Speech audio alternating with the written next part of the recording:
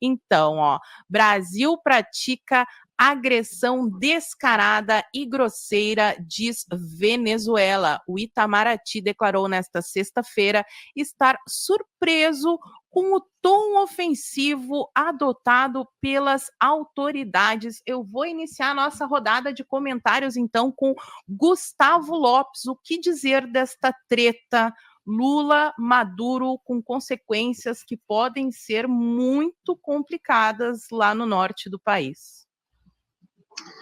Pois é, Paula, às vezes a gente fica até meio desconfiado, né? Parece um teatro, né? Porque afinal de contas são todos amigos, né? Todos amiguinhos do Foro de São Paulo.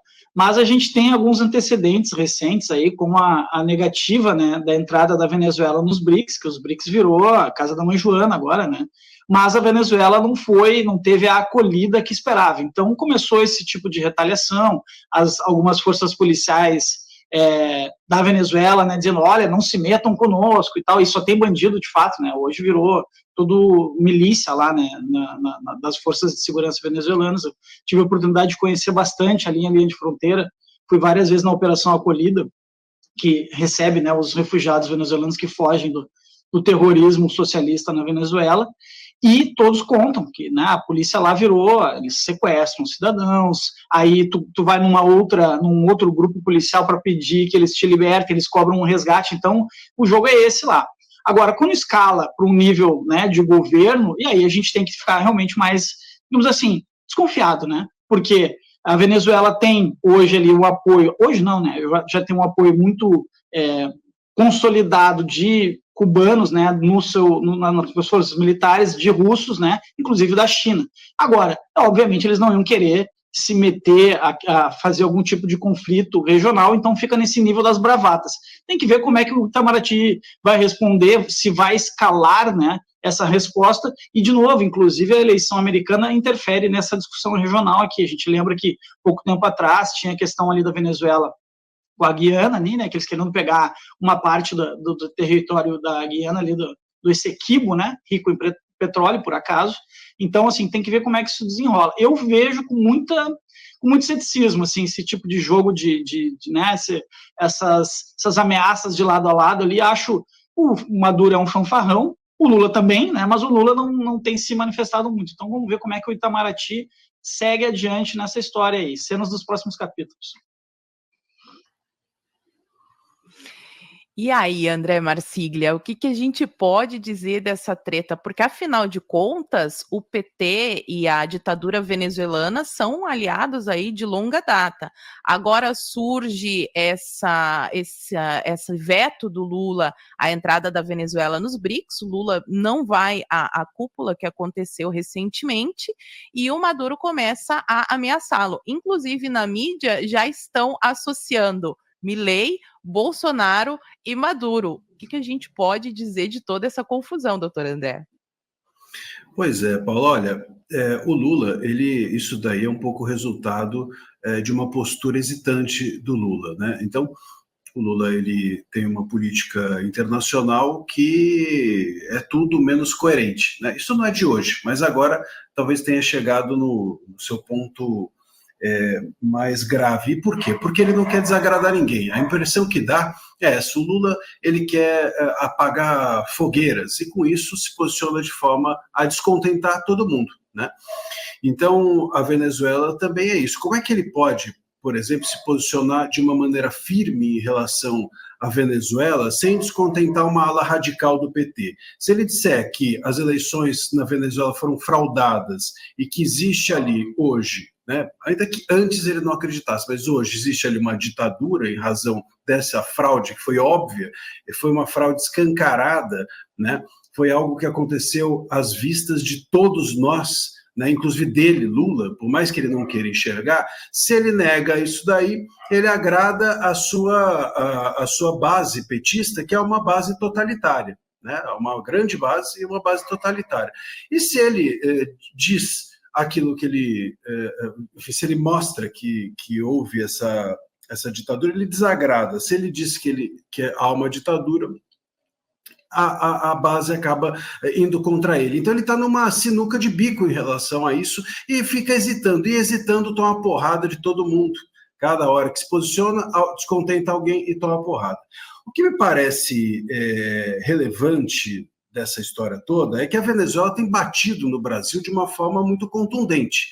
E, curiosamente, as pessoas que disseram, há alguns poucos meses, que o X merecia ser suspenso, que o Twitter ele não deveria permanecer no Brasil porque estava ofendendo a nossa soberania, e que a nossa soberania ela é mais importante que qualquer coisa, que o Brasil não pode se curvar a nenhum país ou empresa estrangeira. Essas pessoas agora estão quietinhas, essas autoridades estão mudas. Não há nenhuma ofensa à nossa soberania nesse posicionamento da Venezuela, não há nenhuma ofensa à nossa soberania eles dizerem as bobagens que estão dizendo.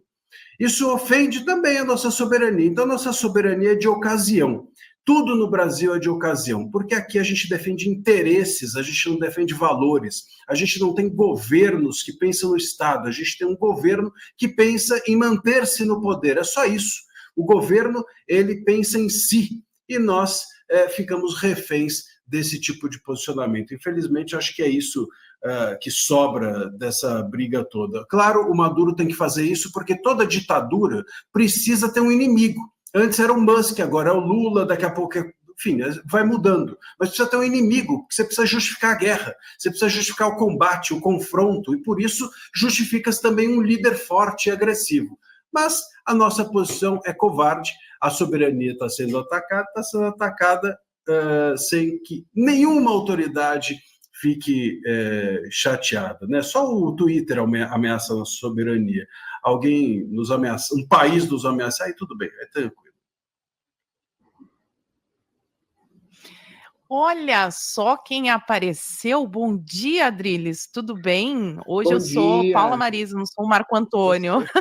Me avisaram. Eu fiz a transição de gênero no final de semana, estou um pouquinho diferente, pode me chamar de Paula.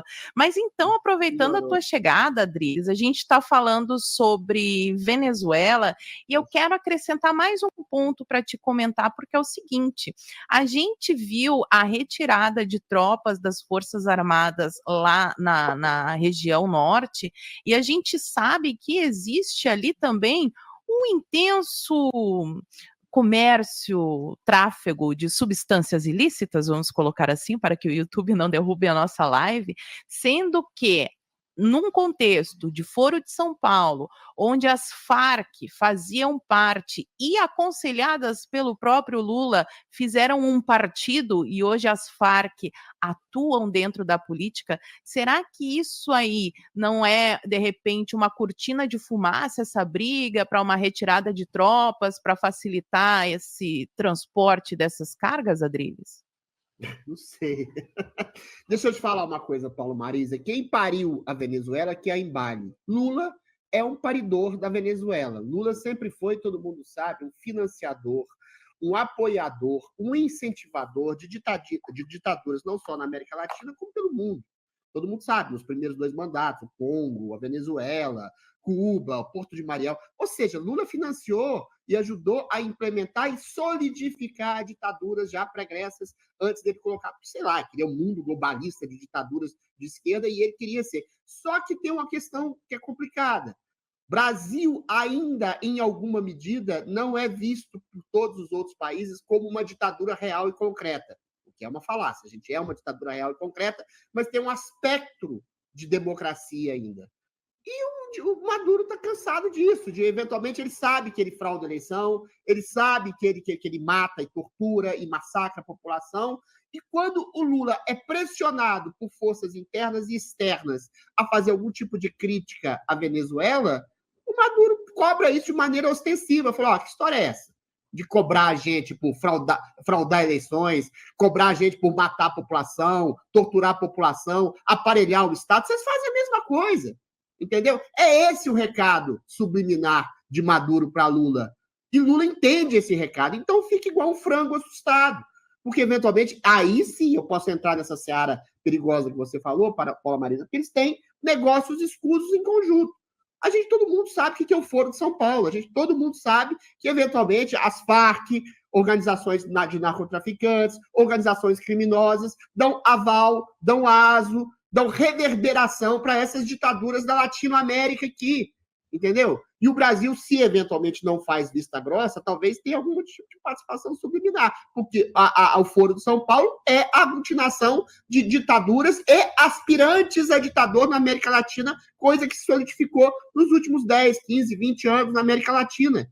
A gente está vendo o que está acontecendo na Nicarágua, a gente vê o que acontece na Venezuela, a gente vê o que tem acontecido há 60 anos e tem continuado a acontecer em Cuba, a gente viu o que quase aconteceu na Argentina, com Alberto Fernandes, que trancou todo mundo na época da pandemia, entendeu? Então, eventualmente, o Lula está numa sinuca de bico. Ele é sistematicamente atacado por uma ditadura explícita que está com birra do Brasil, que é uma ditadura enrustida. O Lula posa de democrata para a população brasileira e para o mundo. Ninguém cai nessa esparrela mais. E aí, o Lula vai ser eternamente vinculado a uma ditadura de assassinos. Porque a única coisa que o Brasil ainda não faz é matar gente.